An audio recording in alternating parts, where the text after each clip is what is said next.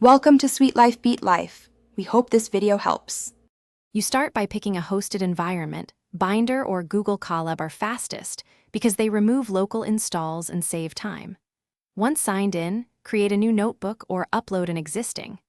Ipinb, make sure you select the Python kernel that matches your code. If you rely on external libraries, add a requirements. TXT or install with pip in a cell now, since missing packages block later steps. Doing these first avoids interruptions and keeps your session reproducible. Now configure the notebook. Run an initial cell with imports and environment checks so you can spot errors early. Install any missing packages inline using pip install because kernels can restart and drop state, so rerun installs in the top cell. Upload datasets or mount drive, then verify file paths before heavy processing.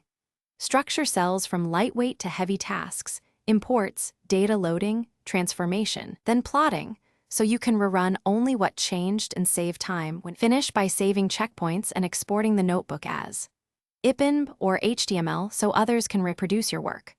Once done, use kernel restart and run all to confirm the notebook runs from a clean state. This proves reproducibility and finds hidden state bugs.